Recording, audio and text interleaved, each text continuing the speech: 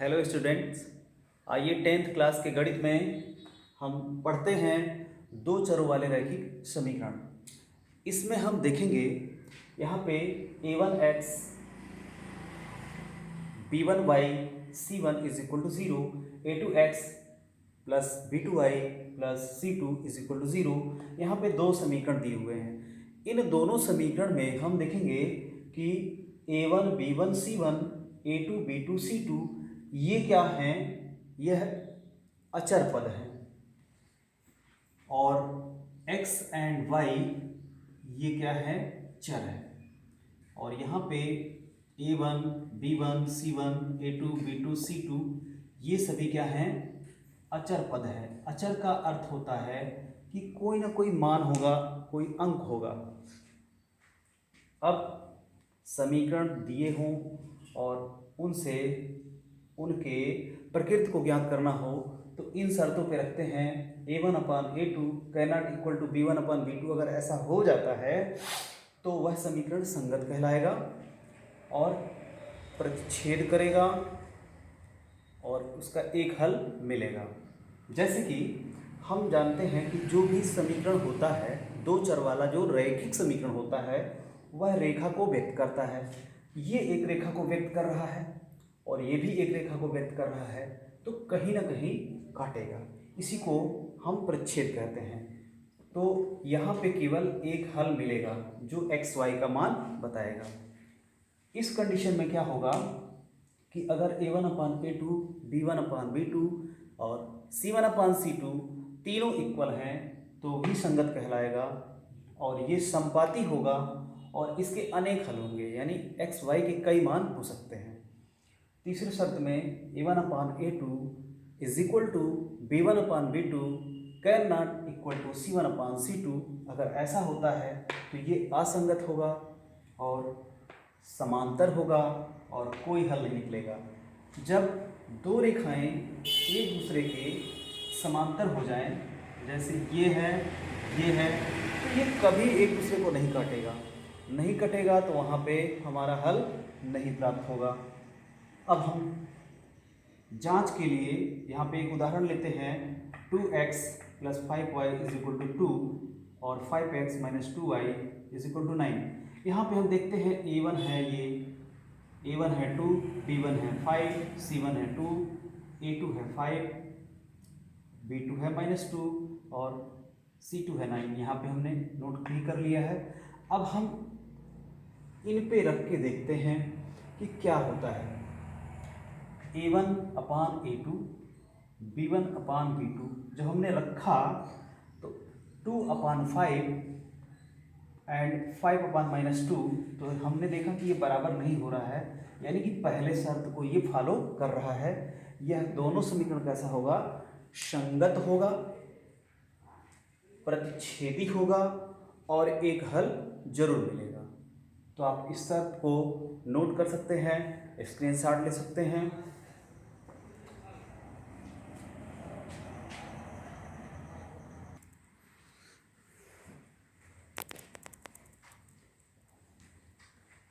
दो चरों वाले रैखिक समीकरण को हम चार विधियों से हल करते हैं।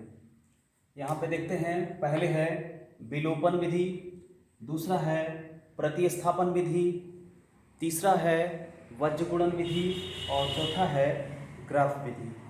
तो हम इस क्वेश्चन को लेते हैं और इसको पहले हम विलोपन विधि से करते हैं। विलोपन विधि का अर्थ क्या होता है कि यहाँ पे हम देखते हैं एक्स वाई दोनों चर हैं। दोनों समीकरण में एक्स वाई दो चर होते हैं।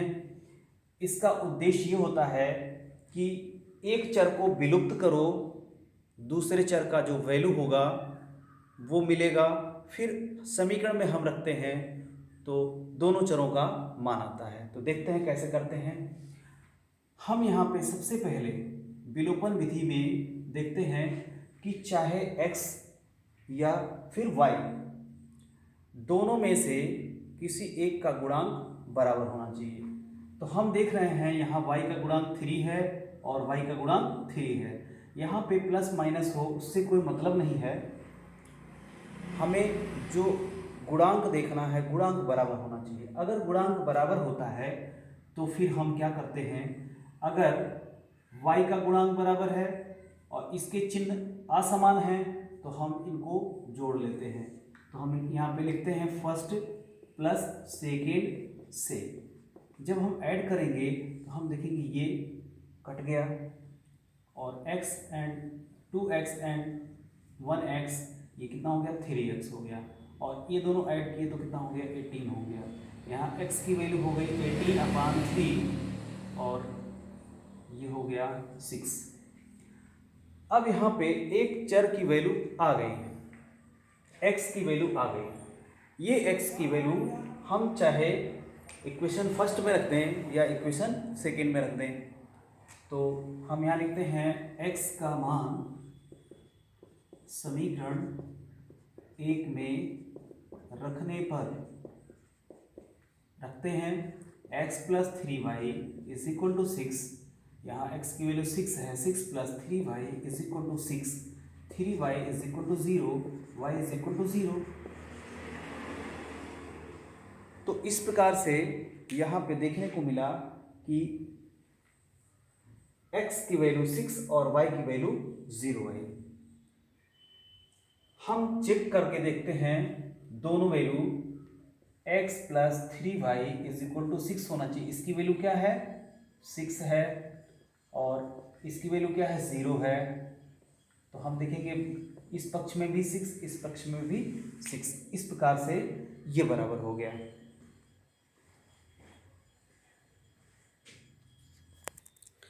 तो हमने देखा कि जो x और y की वैल्यू है वो ज्ञात हो गया, अतः हम कह सकते हैं x की वैल्यू 6 एंड y की वैल्यू 0 है।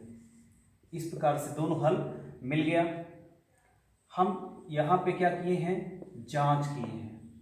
ठीक है, अगले क्वेश्चन के लिए हम चलते हैं। हम इसी क्वेश्चन को ले लेते हैं और प्रतिस्थापन विधि से हल करते हैं। तो प्रतिस्थापन से हल करने के लिए देखते हैं क्या किया जाता है। यहाँ पे 3y, यहाँ पे 3y। हम करते क्या हैं, या तो समीकरण 1 से या तो समीकरण 2 से ऐसे चलते हैं। तो हम लिखते हैं समीकरण 1 से हम क्या कर सकते हैं, हम लिख सकते हैं x is equal to 6 minus 3y। ये पक्षांतर होगा, इधर आ जाएगा। तो x equal to 6 minus 3y, इसको हम बना लेते हैं इक्वेशन थर्ड। अब जो ये x की वैल्यू निकली है ये हम सेकेंड में रखेंगे, इसी को कहते हैं प्रतिस्थापित करना। हम रखते हैं x का मान समीकरण 2 में रखने पर रखते हैं 2x plus 3y is equal to 12। जहाँ पे x है वहाँ पे हमारा क्या होगा 6 minus 3y, 6 minus 3y plus 3y is equal to 12। इसका मल्टीप्लाई करेंगे 6y 3y is equal to 12। हम यहाँ पे देखते हैं कि 6y और 3y, यहाँ पे 12 minus 3y is equal to 12। अब 12 को अगर उधर भेजते हैं 3y is equal to 12 minus 12 minus 3y is equal to 0, y equal to 0। ये जो y की वैल्यू आई हम रखेंगे किसमें, थर्ड में। अब हम क्या करते हैं, y का मान समीकरण 3 में रखने पर मान को रखते हैं x is equal to 6 minus 3y ये है, और हमारा y की वैल्यू क्या है 0। 3 माइनस 6 माइनस 3 इंटू 0, तो 6। यहाँ पे x की वैल्यू क्या आ गई 6। हमने अभी देखा था कि पिछले विलोपन विधि में यही वैल्यू आया था, तो इससे भी यही वैल्यू आना चाहिए। फिर आगे हम देखते हैं वज्र गुणन मेथड कैसे करते हैं। तीसरी विधि है वज्र गुणन विधि, उसको भी देखते हैं कैसे किया जाता है।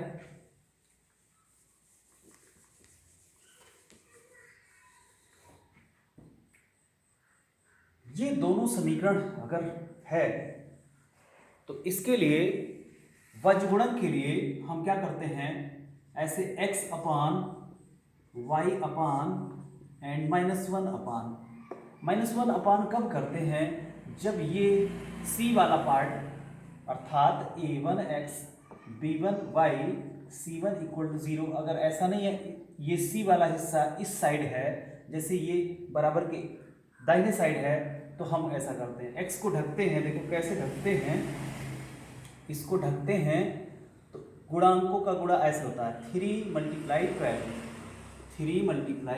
12, बीच में माइनस करेंगे और फिर ऐसे ऐसे मल्टीप्लाई हो रहा, पहले ऐसे फिर ऐसे, तो -3 and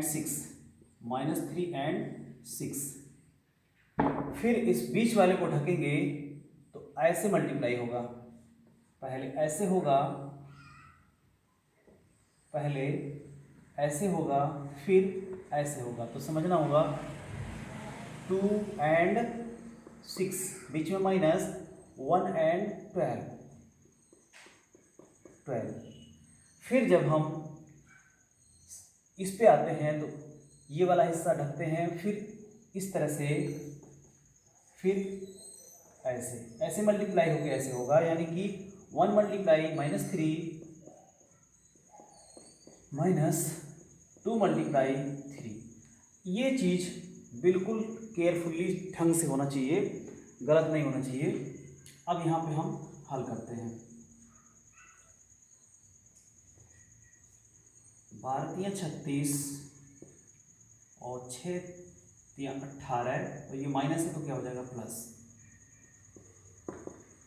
y अपान 6 × 12, 12 × 12, ये -1, ये -3 और -6। यहाँ पे हम करते हैं 8 × 6 = 14, 3 × 1 = 4 = 5, y अपान 0 -1 अपान -9। ये जब ऐसे हो जाता है तो हम देखते हैं ये इज इक्वल टू ये, तो यदि हम ऐसे लिखते हैं, यदि x upon 54 is equal to -1 upon -9, cross multiply करेंगे तो 9x is equal to 54, x is equal to 6, x की वैल्यू y। और फिर इसको जब करते हैं, यदि y upon 0 -1 upon -9 cross multiply करते हैं तो -9y is equal to 0, y is equal to 0। इस तरह से यहाँ पे भी हमने देखा x की वैल्यू 6 एंड y की वैल्यू 0, यही दोनों वैल्यू आए। अब हम ग्राफ विधि में आते हैं, फिर देखते हैं उसको कैसे करते हैं।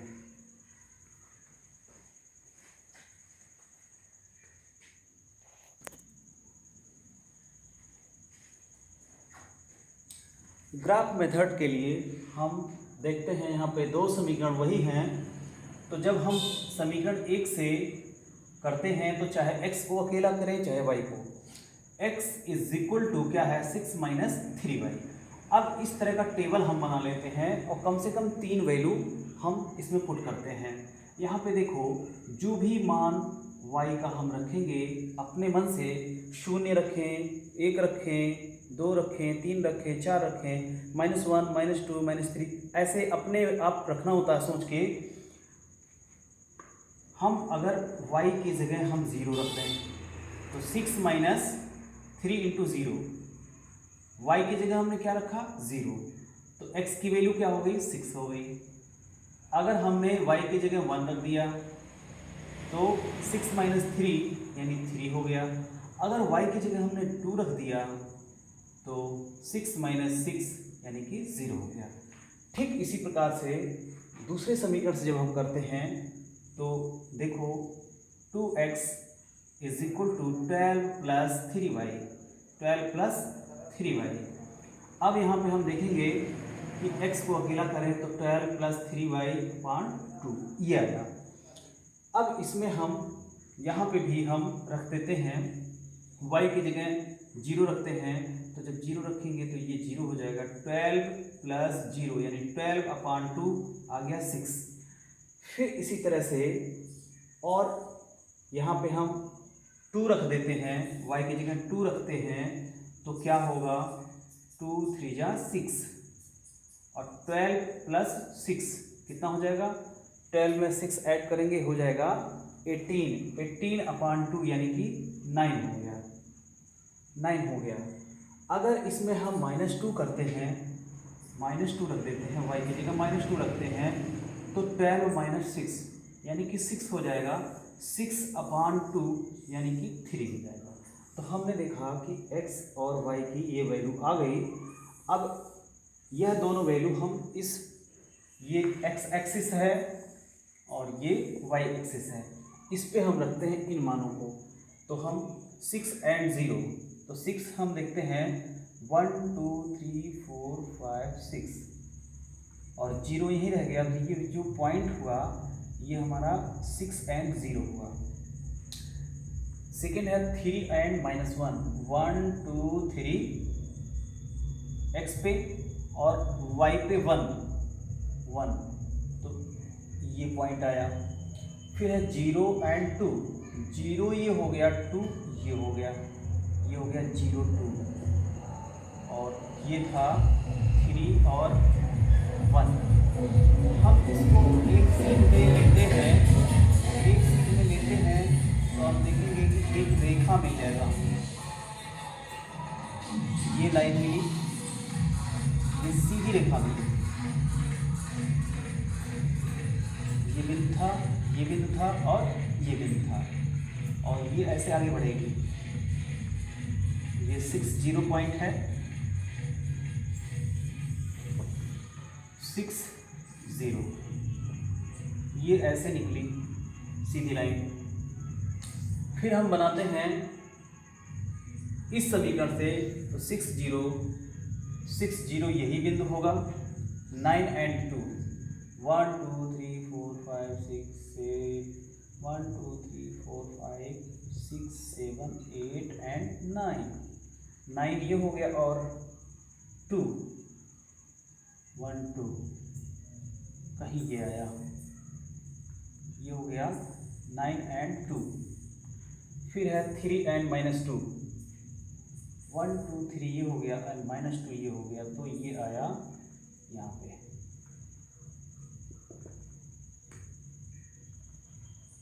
ये अब फिर ये तीनों बिंदुओं को अगर हम मिलाते हैं तो हमने देखा कि ये किस पे प्रतिच्छेद हुआ, ये जो प्रतिच्छेद हुआ वह 6 और 0 पर प्रतिच्छेद हुआ। तो यही इसका हल है, x = 6 y = 0।